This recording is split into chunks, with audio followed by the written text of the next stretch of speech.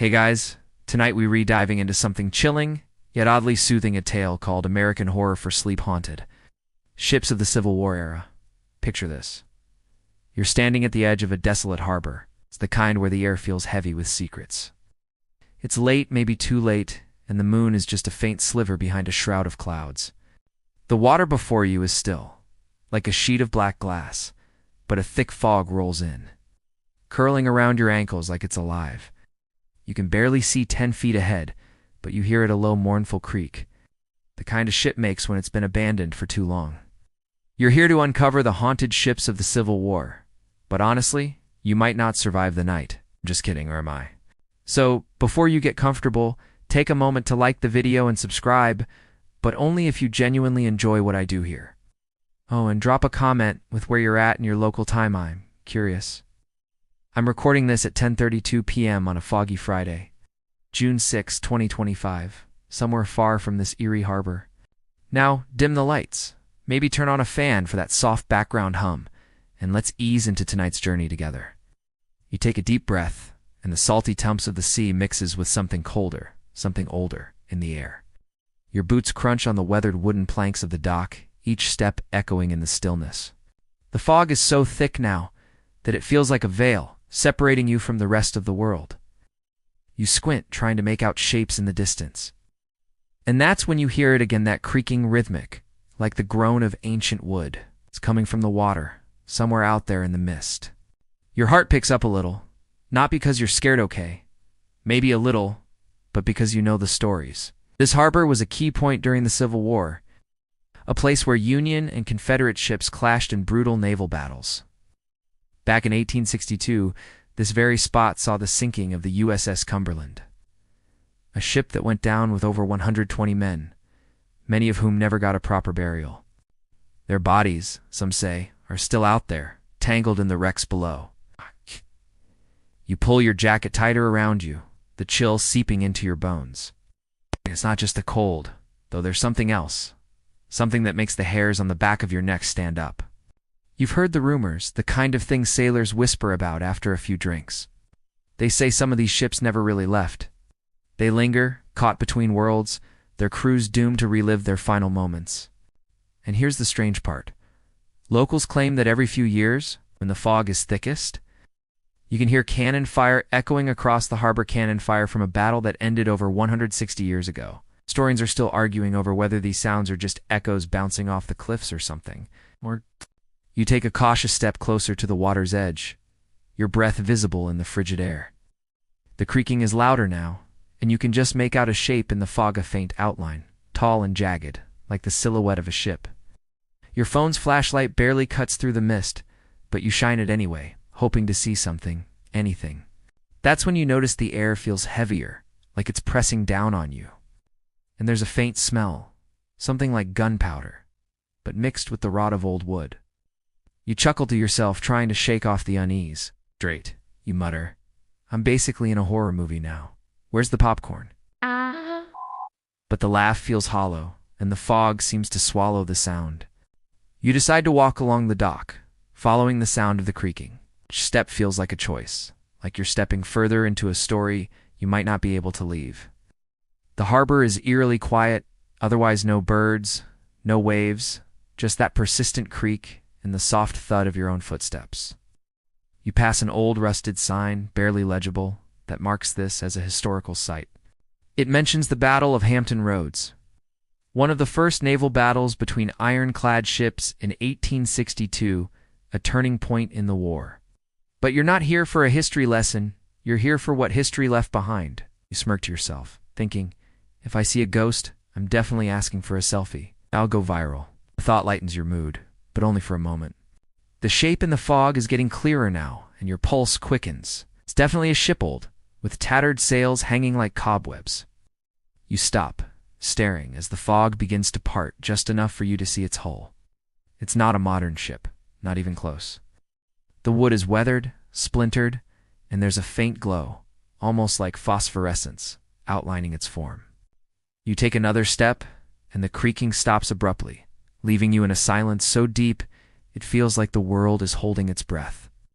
You whisper to yourself, okay, maybe this wasn't my brightest idea, but it's too late to turn back now. You're frozen for a moment, staring at the ghostly ship that's now fully visible through the thinning fog. Its hull looms larger than you expected, a dark, hulking mass that seems to absorb what little light the moon provides. The ship's silhouette is jagged, with broken masts jutting out like skeletal fingers. And those tattered sails you glimpsed earlier flutter faintly, though there's no breeze to move them. You take a hesitant step closer, the dock creaking beneath your weight, and you can't help but feel like the ship is watching you. The air grows colder, and that gunpowder androt smell intensifies, making your stomach churn. You mutter to yourself, well, if I wanted a spa night, this definitely isn't it, trying to lighten the mood. But your voice sounds small against the oppressive silence. The ship's name is barely legible on the side, painted in faded white letters. CSS Revenant. You've heard of Itor at least. You think you have. During the Civil War, the Confederate Navy had a ship by that name, blockade runner that disappeared in 1864 after a skirmish off the Virginia coast. It was carrying supplies for the Confederate Army, but it never reached its destination. Over 50 men were on board, and not a single body was ever found. You shiver, not just from the cold, but from the weight of that history. The Revenant was said to have been cursed by a Union sailor, who swore vengeance as his own ship sank, a little-known tale that has been passed down in whispers among maritime historians. Some scholars still debate whether the curse was real or just a story to explain the ship's mysterious disappearance. You take another step, and the fog seems to part even more, as if the ship wants you to see it. The glow around its hull is brighter now, a sickly green that makes the water around it shimmer unnaturally. You notice something odd. The ship isn't docked, it's floating. But there's no anchor, no ropes tethering it to anything. It's just they're bobbing gently in the still water. You shine your flashlight again, and the beam catches on something, a faint shimmer on the deck, like heat rising off pavement. But it's far too cold for that. You squint, trying to make sense of it, and that's when you see the first hint of movement. A shadow, tall and thin, shifts near the bow of the ship, then vanishes. Your heart skips a beat, and you laugh nervously. Okay, imagination. Let's not get too wild. Maybe it's just a really tall seagull, you say, but you don't believe it for a second. You're close enough now to see the details of the hull barnacles cling to the wood, but they're wrong, somehow. They're too pale, almost translucent, and they seem to pulse faintly, like they're alive in a way they shouldn't be. You take a deep breath, steadying yourself, and decide to get a better look. There's a rickety gangplank leading from the dock to the ship, its wood warped and splintered. It looks like it might collapse under your weight, but you're too curious to turn back now. You step onto the gangplank, and it groans loudly, the sound echoing across the harbor. You freeze, waiting for anything to happen, but the silence returns, heavier than before. You can't shake the feeling that you're being watched, not just by the ship, but by something inside it. As you reach the halfway point of the gangplank, you notice something etched into the wood beneath your feet, a carving, crude but deliberate. It's a symbol, a circle with a cross through it, and inside the circle are 3 small dots. You've never seen it before, but it feels significant, like a warning. You think back to something you read once, a lesser-known detail about Civil War ships. Some crews carved protective symbols into their vessels, hoping to ward off evil spirits during long voyages. But this symbol doesn't feel protective. It feels wrong. You shake your head, trying to focus, and mutter, "Great, now I'm an archaeologist. Where's my fedora?" The joke helps, but only a little. You finally reach the edge of the gangplank, just a step away from the ship's deck. The glow is stronger here, casting eerie shadows that dance across the hull. You can see more details now. The deck is littered with debris. Ropes and barrels scattered like they were abandoned in a hurry. The air feels electric, like a storm is coming. But the sky above is still clear, that faint moon peeking through the clouds. You take one last look back at the dock, now barely visible through the fog, and you realize there's no turning back. Whatever this ship is, whatever it holds, you're about to find out. You take that final step, and your foot lands on the deck of the CSS Revenant, with a dull thud. The wood beneath you feels spongy, like it's soaked through with years of seawater, and it groans under your weight. The air here is colder, sharper, slicing through your jacket and making your breath catch in your throat. You look around, and the glow you saw from the dock is fainter now, but it still lingers, outlining the edges of the ship in that unnatural green. The deck stretches out before you, cluttered with broken crates and frayed ropes, all of it coated in a thin layer of frost despite the summer night. You take a cautious step forward, and the ship sways slightly, as if it's alive, responding to your presence. You can't help but whisper to yourself, if this thing sinks. I'm blaming my curiosity and maybe my gym membership for not kicking in yet. The little quip makes you smile, but the unease doesn't leave. You shine your flashlight across the deck, and the beam catches on something strange, a series of scratch marks, deep and jagged, etched into the wood. They're not random. They form a pattern, like someone was trying to claw their way out of something. You kneel down, running your fingers over the marks, and they feel cold, colder than the rest of the deck. This ship has a story, one tied to the Civil War's darker moments. In 1864, the CSS Revenant was part of a desperate Confederate push to break through a Union blockade. The battle was brutal cannon fire, splintering wood, and men screaming as they fell into the icy Atlantic. Over half the crew died in the fight, their bodies either lost to the sea or left to rot on the ship as it limped away, too damaged to continue. That's the history, you know, but standing here you feel like there's more to it. You stand up, brushing the frost off your hands, and notice something else, a faint smell, not just the gunpowder and rot from earlier, but something metallic, like blood, though it's too faint to be sure. You've read about this? A detail so odd it's rarely mentioned. Some sailors on Civil War ships reported smelling blood in the air before battle, even when no one was injured yet. They called it a death omen, a sign that the ship was doomed. You shake your head, trying to focus, and mutter, "Great, now I'm smelling ghosts. Maybe I should have brought some air freshener." The joke helps you breathe a little easier, but the metallic scent lingers, making your skin crawl.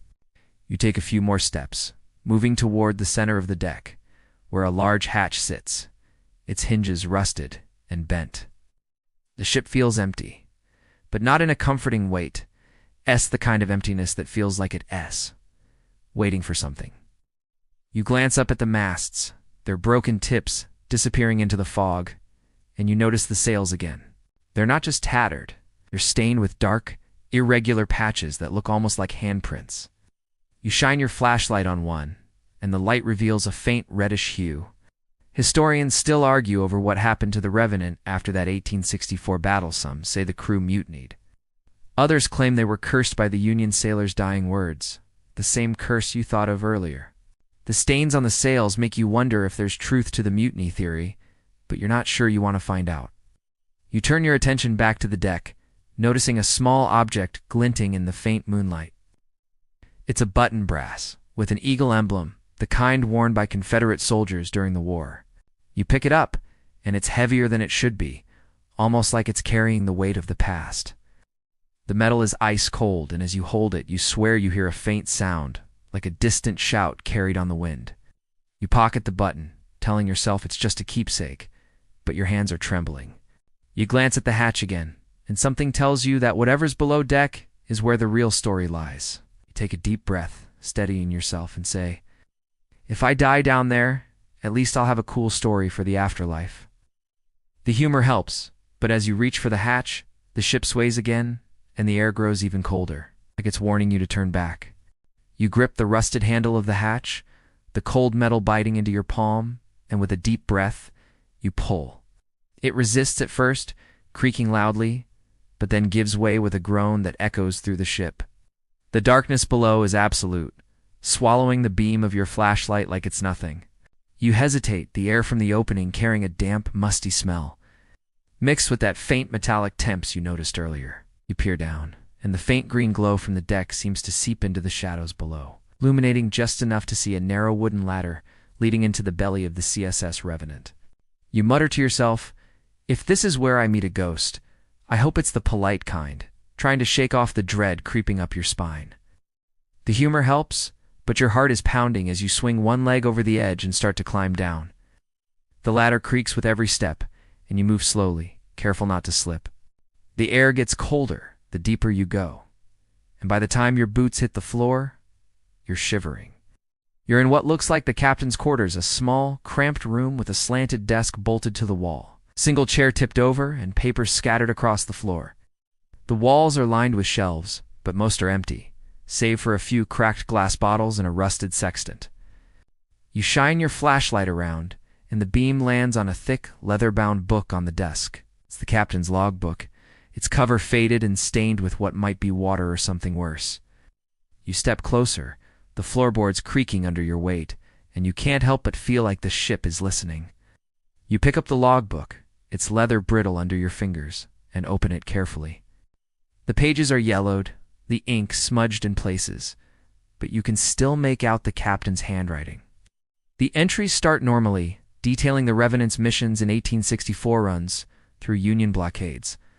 Skirmishes off the coast, the crew's dwindling supplies, but as you flip through, the tone changes. The captain, a man named Elias Harrow, writes about whispers in the night and a shadow that moves against the wind. His final entry, dated just before the ship's disappearance, is frantic. They won't stop. The dead won't stop. I see them in the water, in the sails, in my dreams.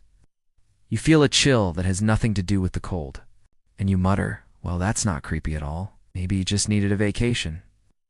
But the words on the page feel too real, too raw. You think back to what you know about the Civil War. The Revenant was part of the Confederate Navy's last-ditch efforts in 1864, a time when the South was desperate and resources were scarce. Captain Harrow was known for his ruthlessness, often pushing his crew to the brink to complete missions. But there's a detail most don't know. Harrow was also deeply superstitious, a trait uncommon for a naval officer of his time. He kept a collection of protective charms on the ship bones, feathers, even a vial of graveyard dirt, believing they'd shield the Revenant from harm. You glance around the room, wondering if any of those charms are still here, and your flashlight catches on something odd. A small, rusted nail driven into the desk, with a piece of twine tied around it. The twine is frayed, but it looks like it once held something heavier. Historians still debate what drove Harrow to madness. Some say it was the stress of war, the constant threat of Union attacks breaking his mind. Others argue it was something darker, tied to the curse you've heard about. The one from the Union sailor, who swore vengeance as his ship sank. You set the logbook down, your hands trembling slightly, and take a step back. The air feels heavier now, like it's pressing down on you. And you hear a faint sound like a whisper, but too low to make out. You shine your flashlight around the room, but there's nothing. Just the shadows playing tricks on your eyes. You laugh nervously, saying, if this is a prank, I'm giving it a 5-star review on Yelp. The joke doesn't help as much as you'd hoped. And as you turn to leave the captain's quarters, you feel a sudden icy breeze brush against the back of your neck. You freeze, the icy breeze lingering on your neck, as if someone or something breathed right behind you. You whip around, your flashlight beam slicing through the dim captain's quarters. But there's nothing. There's the overturned chair, the scattered papers, and that unsettling nail with the twine on the desk. Your breath comes out in shaky puffs, visible in the frigid air, and you try to steady yourself. Okay, maybe the ship just has really bad air conditioning. You whisper, forcing a laugh, but the sound feels hollow in the cramped space. You can still feel the weight of Captain Harrow's words from the logbook, those frantic scribbles about the dead haunting his dreams. And it's hard to shake the feeling that you're not as alone as you thought. You decide to leave the captain's quarters, stepping carefully over the creaky floorboards and climbing back up the ladder to the deck. The air up here is just as cold, but it feels less suffocating, though the fog has thickened again, wrapping the CSS Revenant in a shroud so dense you can barely see the masts. You take a few steps, the deck groaning beneath you. And that's when you hear it, a whisper, faint but unmistakable, carried on the wind. It's not just the sound of the ship settling, or the water lapping against the hull. These are voices, low and overlapping, like a crowd murmuring just out of earshot. You strain to listen, and you catch fragments, never leave, and below. Your heart races, and you mutter, great. Now I'm hearing ghost karaoke. Where's the off switch? But the voices don't stop. They grow louder, more insistent, as if they know you're listening. You think back to the history of the Revenant. During the Civil War, Ships like this one were often crewed by men who had no choice conscripts, some as young as 15, forced to fight in a war they barely understood. The Revenant's crew was no different, a mix of seasoned sailors and terrified boys, all under Captain Harrow's iron rule. Many of them didn't survive the war, their names lost to time, their families left waiting for letters that never came. But there is a lesser-known detail about this ship. Survivors from other vessels claimed they heard voices before the Revenant disappeared, voices that warned them to turn back, as if the ship itself was trying to protect them from its fate.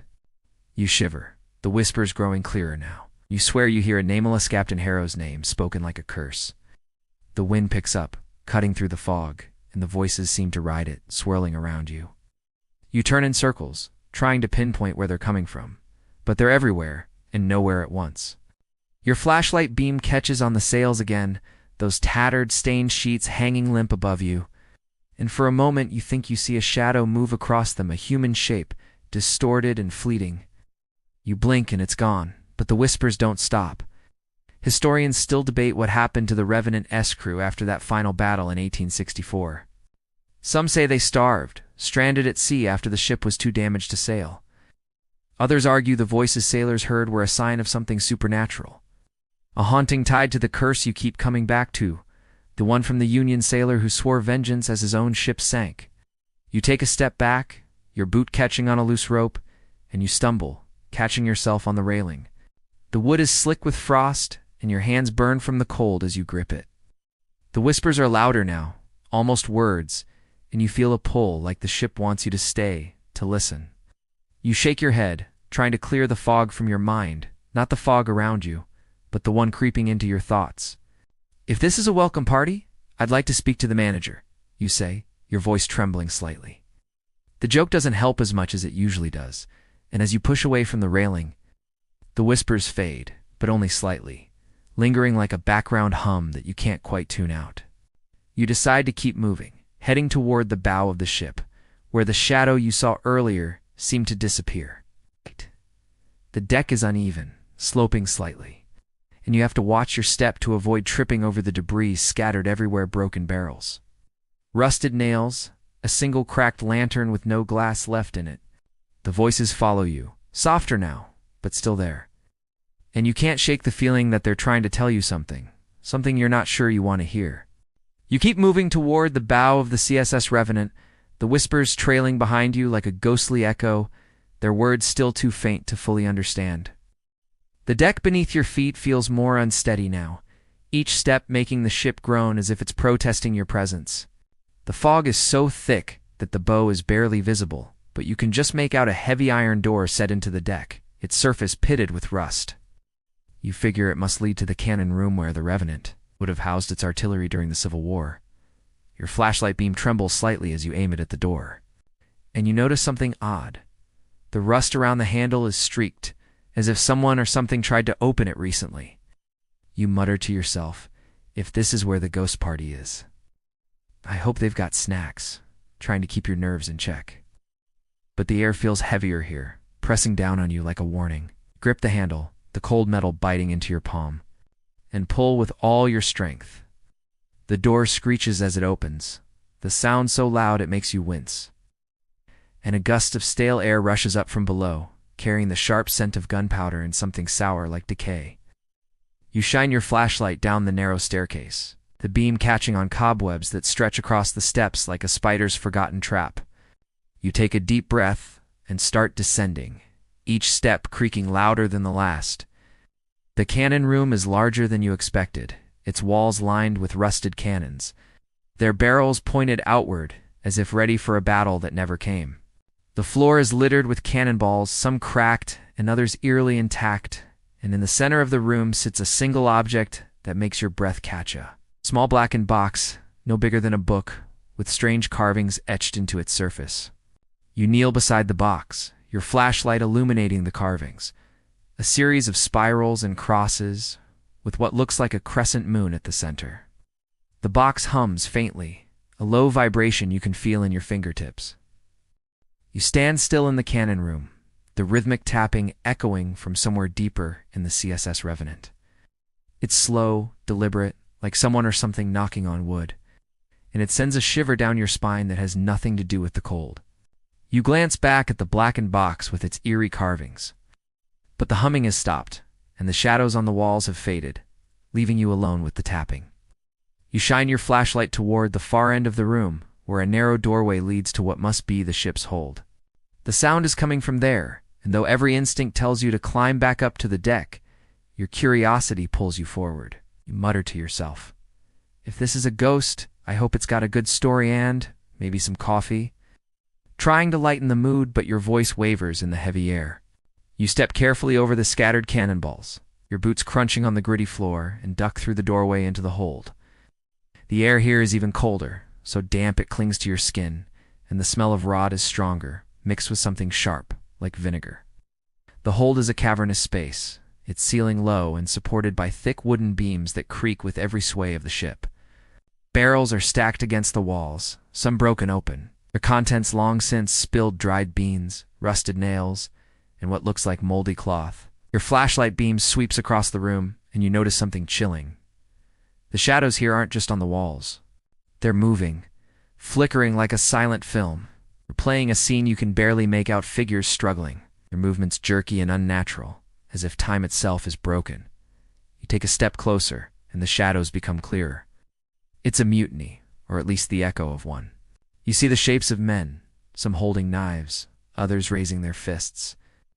Their ghostly forms locked in a struggle that ended over a century ago. You think back to the Civil War, when mutinies weren't uncommon on ships like the Revenant. In 1863, with the Confederate Navy stretched thin, crews often went months without proper rations, leading to desperation and violence. The Revenant was no exception. Records show its crew was on the brink of starvation during its final voyage, a fact that likely fueled the chaos you're witnessing now.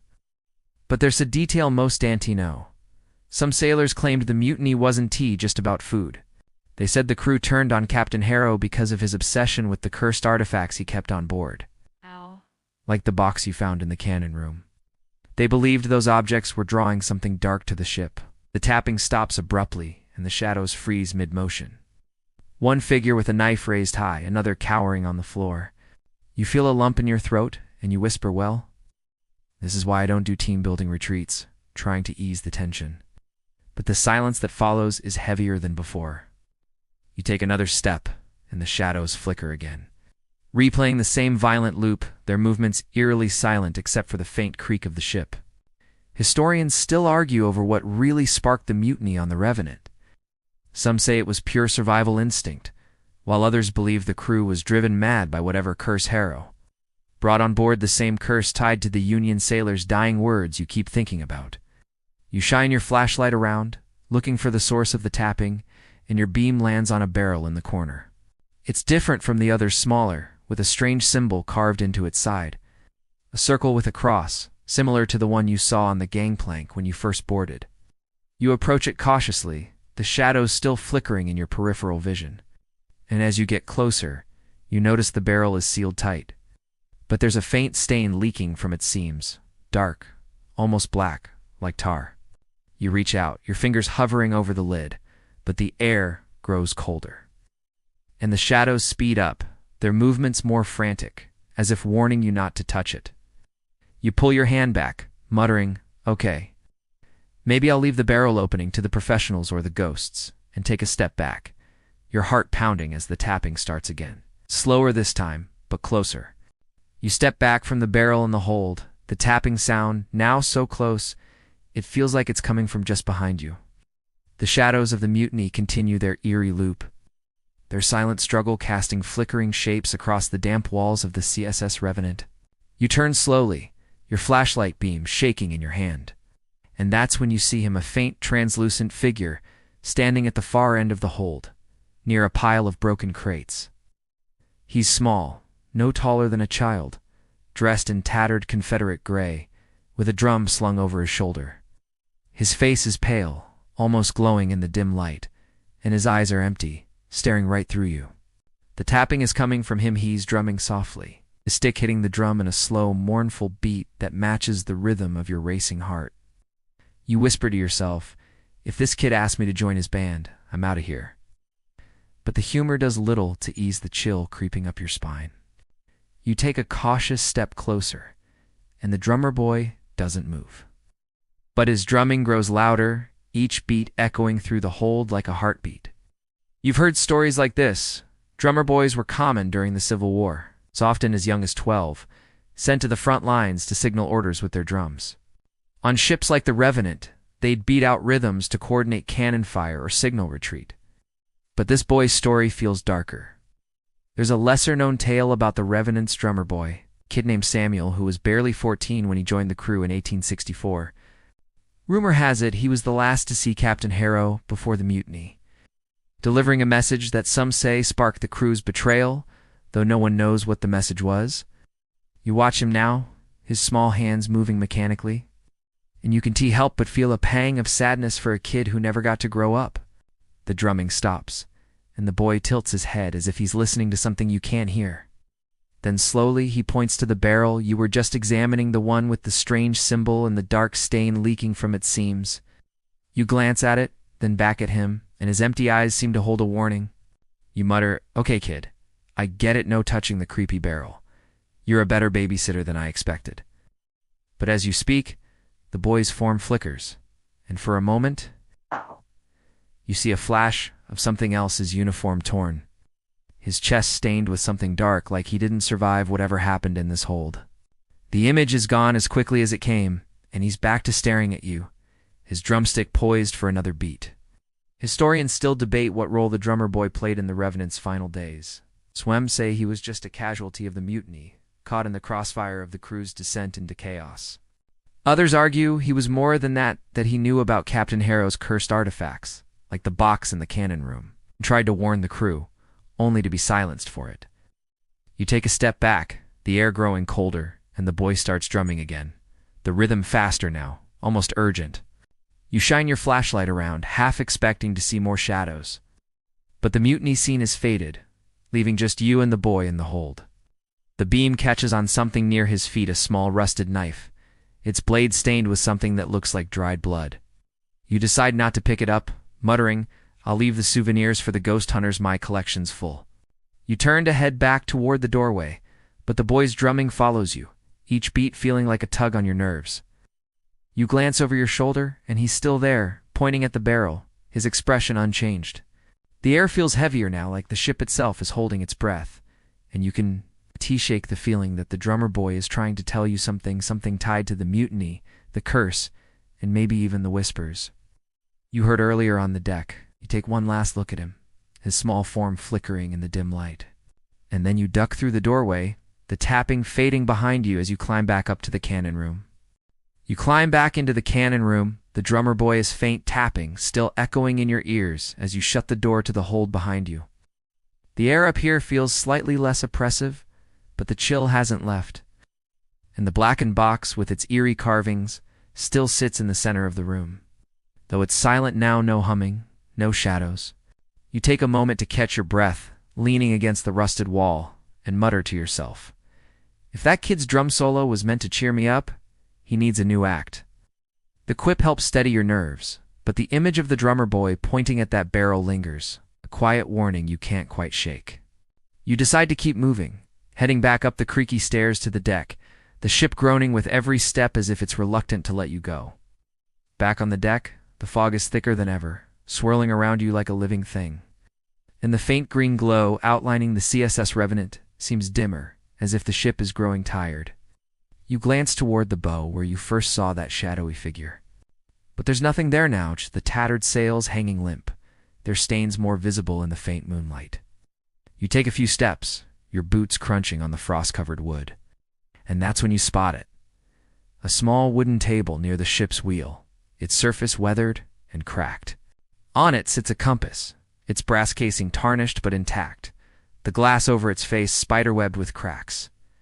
You approach cautiously, and as you get closer, you notice something strange. The needle is spinning. It's not just twitching, but spinning fast, like it's caught in a storm you can't feel. You pick up the compass, its weight heavy in your hand, and the needle doesn't stop, spinning endlessly in a way that defies logic. You've read about compasses like this from the Civil War, Air navigational tools were crucial for ships like the Revenant, especially during blockade runs, when they had to navigate treacherous waters under the cover of night. In 1864, the Confederate Navy relied heavily on such instruments, often salvaged from captured Union ships to outmaneuver their enemies. But there's a lesser-known detail about this ship. Sailors who later spoke of the Revenant claimed its compass stopped working days before it disappeared, pointing not to the north, but to a spot in the ocean where nothing should have been a spot. Some say was the resting place of the Union ship that cursed the Revenant in the first place. You watch the needle spin, and a chill runs through you, not just from the cold, but from the thought that this compass might be pointing to that same spot now. You set the compass back on the table, but the needle doesn't slow down. It's frantic spinning, almost hypnotic. You mutter, "If this thing's trying to give me directions, it's doing a terrible job. Maybe it needs a software update." The joke helps, but only a little, and you can't shake the feeling that the compass is trying to tell you something. Something tied to the ship's fate. Historians still argue over where the Revenant went after its last battle. Some say it drifted aimlessly until the crew starved, while others believe it was drawn to that mysterious spot in the ocean. Pulled by the curse you keep coming back to, the one tied to the Union sailors' dying words. You take a step back, the compass still spinning, and the whispers you heard earlier return, faint, but growing louder, as if the ship itself is speaking through the wind. You glance around, the fog so thick now that you can barely see the deck's edges, and the air feels heavier, like a storm is brewing. Though the sky above remains clear, you shine your flashlight toward the ship's wheel, and for a moment, you think you see a shadow move again, tall, thin, just like the one you saw when you first boarded. But when you focus the beam, there's nothing there, just the wheel, creaking slightly as the ship sways. You laugh nervously, saying, "Okay, if this is hide-and-seek, I'm definitely losing." But the whispers grow clearer, and you swear you hear a voice say, "Below. Below," the same words you caught earlier. You glance back at the compass, its needle still spinning, and you realize that whatever's happening on this ship, it's not done with you yet. You stand on the deck of the CSS Revenant, the spinning compass still on the table, its needle a blur of motion that makes your head spin just watching it. The whispers in the wind below. Below, linger in your ears, and the fog around you feels thicker, heavier, like it's pressing in on all sides. You take a step away from the compass, your flashlight beam cutting through the mist, and that's when you hear it, a low, booming sound, like thunder, but sharper, more deliberate.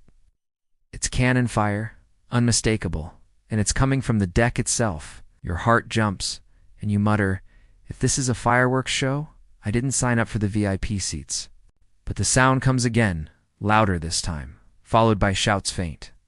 Ghostly shouts of men giving orders, their voices overlapping in a chaotic chorus. You spin around, and the deck is no longer empty. The fog has shifted, swirling into shapes, and before you, a spectral battle unfolds. Ghostly figures in tattered Confederate uniforms rush across the deck, their movements jerky but purposeful, as if they're reliving their final moments. You see sailors loading cannons that aren't there, their hands moving through the air where the rusted barrels in the cannon room below must once have stood. A spectral officer, his face gaunt and hollow, shouts orders you can't quite make out, while another figure, a young sailor, barely older than the drummer boy, falls to his knees, clutching at a wound that isn't there. Cannon fire lights up the night, flashes of ghostly orange and white that illuminate the fog, and the ship rocks violently beneath your feet, as if caught in the middle of a real battle. You stumble, grabbing the railing to steady yourself, and whisper, "Well, this is one way to make history class more exciting." You think back to the Civil War, to the kind of battles the Revenant would have faced. In 1864, Confederate ships often engaged in desperate skirmishes against Union blockades, their cannons firing grapeshot and cannonballs in a last-ditch effort to break through. The Revenant was known for its role in one such battle off the Virginia coast, where it took heavy damage but managed to sink a Union frigate before retreating, or so the records say. But there's a lesser-known detail. Survivors from nearby ships reported seeing the Revenant engulfed in an unnatural fog during that battle, a fog so thick that it swallowed the ship whole. leaving only the sound of cannon fire echoing across the water. You're seeing that battle now, or at least its echo, and the realization makes your stomach twist. The ghostly figures don't seem to notice you. But the air grows colder with every cannon blast, and the shouts grow louder, more desperate. You see a sailor's spectral form get thrown back by an invisible explosion, his body fading into the fog as he falls. Historians still argue over what really happened during the Revenant's last battle. Some say the ship survived the fight, only to succumb to the mutiny you witnessed in the hold, while others believe the curse tied to the Union sailor's dying words doomed the crew to relive their defeat for eternity. You watch as the officer raises a sword that isn't there, rallying his men for one last stand. And you can't help but feel a mix of awe and dread at the sight. The ship rocks again, and you grip the railing tighter, your knuckles white against the frost-covered wood. The cannon fire stops abruptly, and the ghostly figures freeze, their forms flickering like a dying flame. Then, slowly, they begin to fade, dissolving into the fog until the deck is empty again, the silence so heavy it feels like a weight on your chest.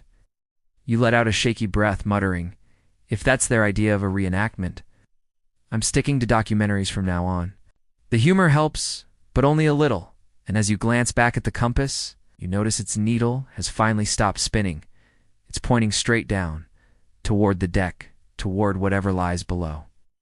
The whispers return louder now, and you feel a pull, like the ship is urging you to keep going, to uncover the rest of its story. You stand on the deck of the CSS Revenant, the echoes of the ghostly battle still ringing in your ears, even though the spectral figures have faded into the fog. The compass by the ship's wheel, now still, points downward, as if urging you to go below again, and the whispers, "Below, below," are louder, more insistent, tugging at your curiosity. The fog wraps around you like a cold embrace, and the faint green glow outlining the ship feels dimmer, as if the Revenant is growing weaker, or maybe it's saving its energy for something else. You take a deep breath, the salty air stinging your lungs, and mutter, "If this ship wants me to play detective, it better have a good ending or at least some popcorn." The quip helps steady your nerves, but the pull to go below is too strong to ignore. You head back to the hatch you opened earlier, the one leading to the captain's quarters, and climb down the creaky ladder once more. The air below deck is just as cold, just as damp, but the metallic temps you smelled before is stronger now, mixing with the musty scent of rotting wood. You shine your flashlight around the captain's quarters, the beam catching on the desk where you found the logbook earlier. The nail with the twine is still there, but something else catches your eye, a small, folded piece of paper tucked beneath a cracked inkwell. You step closer, your boots crunching on the gritty floor, and carefully pick it up. The paper is brittle, yellowed with age, and as you unfold it, you realize it's a letter, written in a shaky hand, the ink faded but still legible. The letter is from a soldier named Thomas, a crew member on the Revenant, dated 1864, just days before the ship's disappearance. He writes to his sister, his words filled with longing and fear. "I dan Tino if I'll make it home, Mary." The captain's gone mad, muttering about curses and shadows. "We're all scared, but we can't leave. I love you, Telma. I'm sorry." You feel a lump in your throat as you read, the soldier's fear palpable even after all these years. During the Civil War, letters like this where common soldiers on both sides wrote to their families, knowing each letter might be their last. The Revenant's crew was no different, often sending letters from ports before heading into battle, though many never reached their destinations. But there's a lesser-known detail about this ship. Some crew members practiced a ritual before writing their letters, dipping their pens in a mixture of salt water and ash, believing it would protect their words from being lost at sea. You notice a faint gritty texture on the paper, and you wonder if Thomas followed that ritual, hoping his words would reach his sister. You fold the letter carefully and tuck it into your pocket, feeling the weight of Thomas's story settle on your shoulders. You glance around the room, the shadows seeming to shift in the corners of your vision, and mutter, "If Thomas could write that under pressure, I've got no excuse for my overdue emails." The humor helps, but the air feels heavier now, and you hear the whispers again, clearer this time, repeating Thomas's name like a chant. Historians still argue over the Revenant's crew. Some say they were all lost to the mutiny you saw in the hold, while others believe a few, like Thomas. Tried to escape only to be pulled back by the curse tied to the Union sailor's dying words, the same curse Captain Harrow wrote about in his logbook. You turn to leave the captain's quarters, but as you reach the ladder, you hear a new sound, a soft, rhythmic thump, like footsteps coming from the direction of the hold, where you saw the drummer boy. The air grows colder, and the whispers grow louder. Thomas's name now mixed with others, a chorus of voices that feel both mournful and angry. You shine your flashlight toward the doorway leading to the hold, and for a moment, you think you see a shadow move, a tall, thin figure, just like the one you glimpsed on the deck when you first boarded. You laugh nervously, saying, "If this is Thomas coming to say hi, I hope he's got better news now." But as you take a step closer, the shadow vanishes, and the thumping stops, leaving you in a silence that feels heavier than ever. You stand in the captain's quarters of the CSS Revenant, the faint thumping from the hold now gone, replaced by an eerie stillness that makes your skin prickle. The letter from Thomas, the soldier, feels heavy in your pocket, his words of fear and love echoing in your mind alongside the whispers that still linger Thomas's name among them, woven into a chorus of ghostly voices. You shine your flashlight toward the doorway to the hold, half expecting that tall, thin shadow to reappear, but there's nothing, just the creak of the ship as it sways gently in the harbor. The air feels different now, lighter somehow, but not in a comforting wet, as if the ship itself is shifting, losing its grip on the world around you. You mutter to yourself, if this ship decides to vanish, I hope it gives me a heads up. I'm not great with surprises. But the humor doesn't quite ease the growing unease in your chest. You climb back up the ladder to the deck, each step feeling slower, heavier, like the ship is reluctant to let you move. When you emerge, the fog is still thick, but it's thinning in patches, revealing glimpses of the harbor beyond. The faint green glow that outlined the Revenant is almost gone now. Just a flicker along the edges of the hull, and the deck beneath your feet feels softer, less solid, as if it's dissolving into the mist. You take a few steps toward the ship's wheel, where the broken compass still sits, its needle now still, pointing downward like it did after the ghostly battle you witnessed. The tattered sails above you are fading too, their stains and tears blurring into the fog. And you realize with a jolt that the ship is disappearing, fading from the physical world right before your eyes. You think back to the history of the Revenant.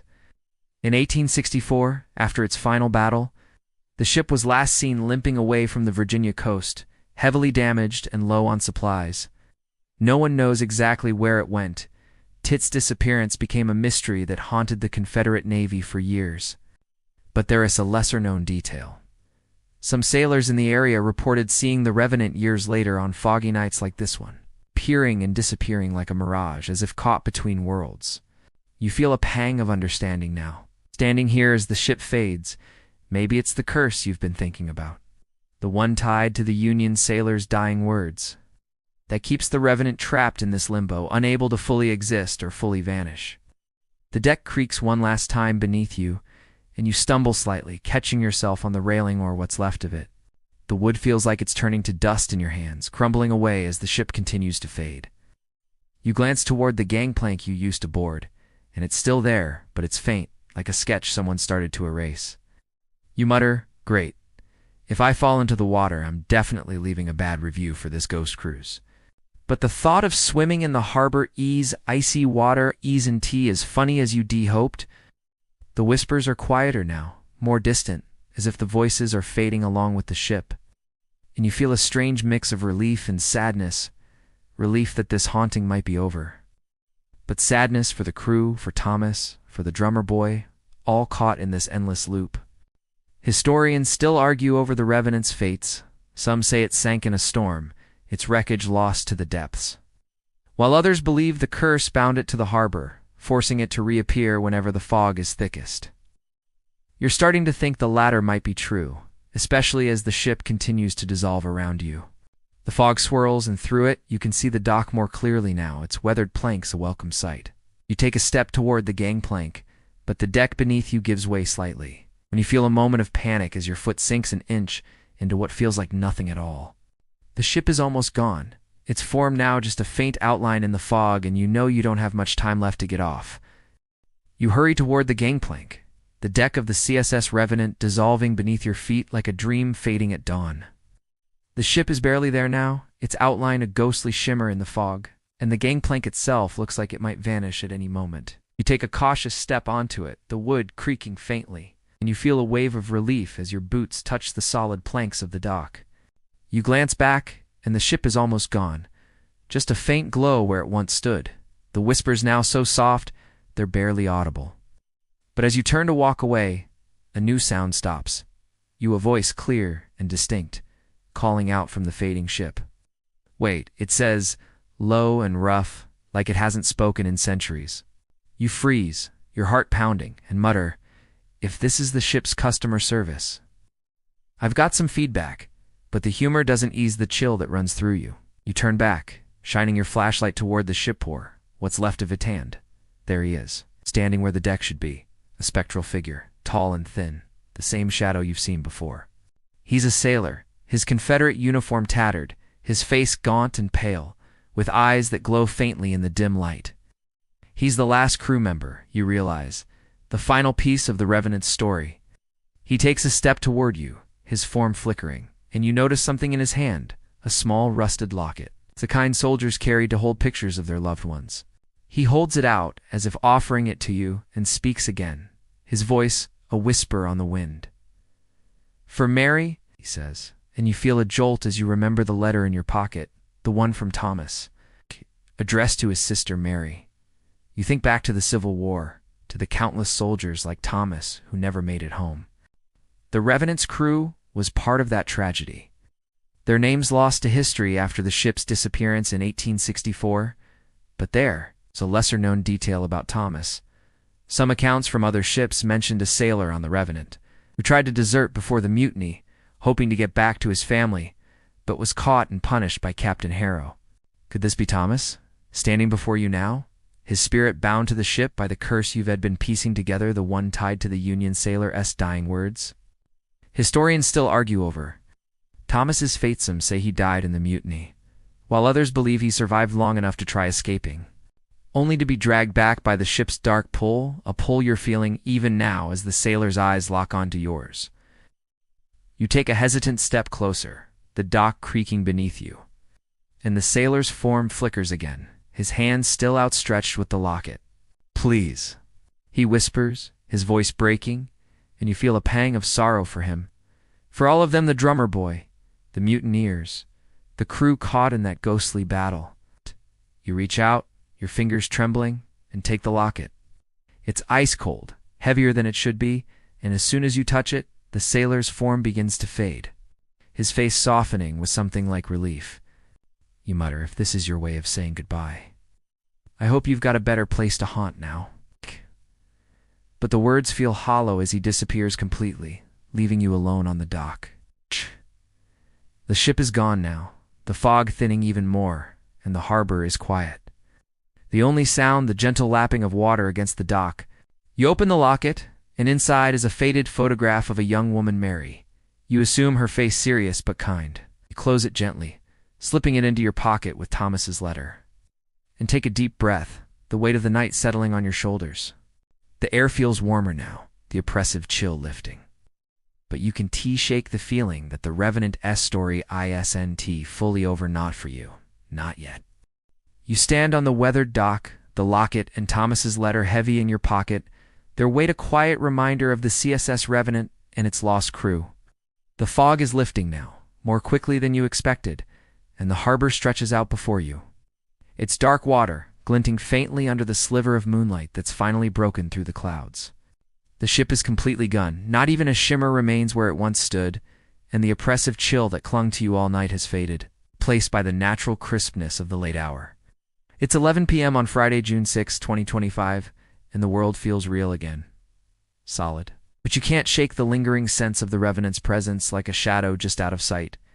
You mutter to yourself, well, I survived my ghost ship adventure guess. I can cross that off my bucket list. But the humor feels a little forced as you glance back at the empty water. You start walking along the dock, your boots thudding softly on the planks, and the harbor comes into sharper focus.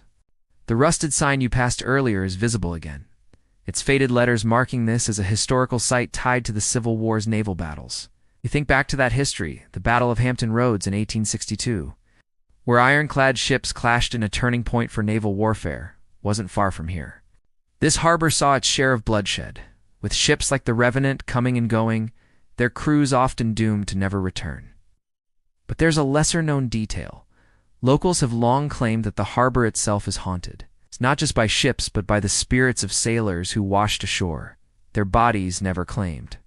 You glance at the water, half expecting to see a ghostly figure floating there, but it's calm, almost peaceful now.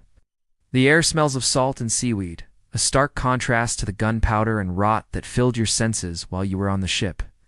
You pass an old weathered lamppost, its light flickering weakly, and you notice something odd etched into its base, a small carving. A circle with a cross, just like the one you saw on the gangplank when you first boarded the Revenant, makes you pause, your fingers brushing over the carving, and you wonder if it's a coincidence or something more. Historians still argue over the symbols found around this harbor. Some say they were carved by sailors as protective charms, while others believe they mark places where the veil between worlds is thin, places like this dock where the Revenant appeared. You shake your head, muttering, if this is a secret code, I'm definitely not the one to crack, if I can barely solve a crossword. You keep walking, the dock stretching on toward the shore, and you notice a few small boats tied up along the way, their hulls bobbing gently in the water. They're modern, nothing like the Revenant, and their presence feels grounding, a reminder that you're back in the present.